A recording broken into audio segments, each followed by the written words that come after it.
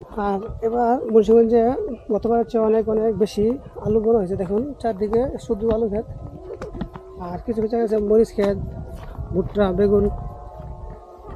আর সবুজ এই যে বেগুন আছে, বেগুন ক্ষেত।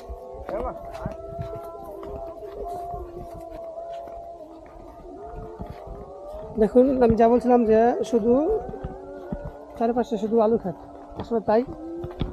এবারকে গতবারের চেয়ে অনেক অনেক বেশি আলু বুনছে। এর কারণ হলো এবার আলু অনেক দাম হয়েছে, 60 টাকা কেজি আলু গেছে, এখনও 45-50 টাকা।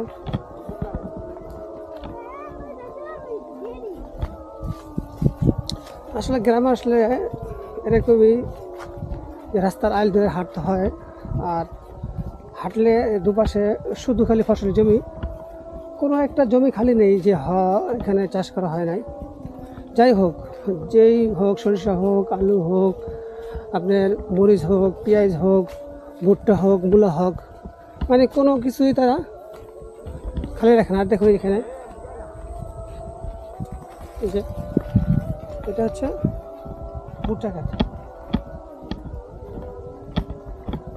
কী পরিমাণ এখানে একটা থোট ধরেছে। আর বাতাসে দোল খেতে দেখুন।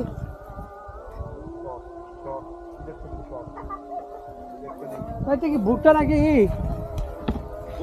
গরু? ও সরি, এটা গরুর ঘাস, ঘাস ক্ষেত, ভুট্টা ক্ষেত না। তারপরে কত সুন্দর। আর এই পাশে মূলা, দেখুন কত বড় মূলা। লাল মূলা, কত বড় বড় মূলাগুলা।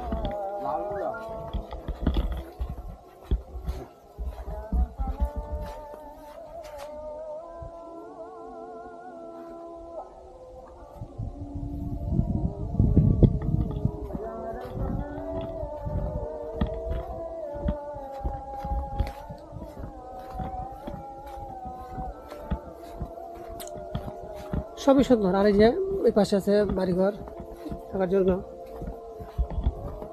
মূলা ক্ষেত, আবার সে আলু ক্ষেত যথেষ্ট পরিমাণে।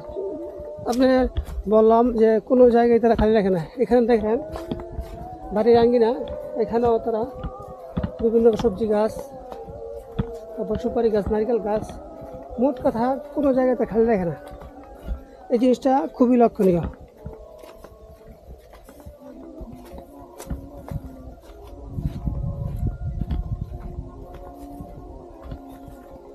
তো ভিউয়ার্স, আজকে পর্যন্তই। আবার দেখা হবে, কথা হবে অন্য কোনো ভিডিওতে। আর যারা আমার ইউটিউব এবং ফেসবুক পেজে নতুন, তারা অবশ্যই ইউটিউবে সাবস্ক্রাইব করে রাখবেন আর ফেসবুক পেজে ফলো করে রাখবেন। ভিডিওটি ভালো লাগলে লাইক, শেয়ার, কমেন্টস করবেন। আর আপনারা যদি কোনো এলাকায় বা কোনো সুদর্শন বা নিদর্শন জায়গা আপনাদের থাকে, তাহলে আমাকে বলবেন, আমি চেষ্টা করবো ওই জায়গায় গিয়ে। এখানে ওই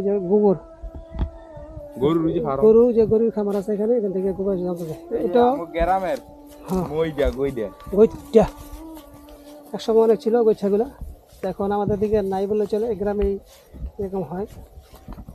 আর কফি হইতেছে, পেঁয়াজ, মোট কথা সবই ফসলের জমি।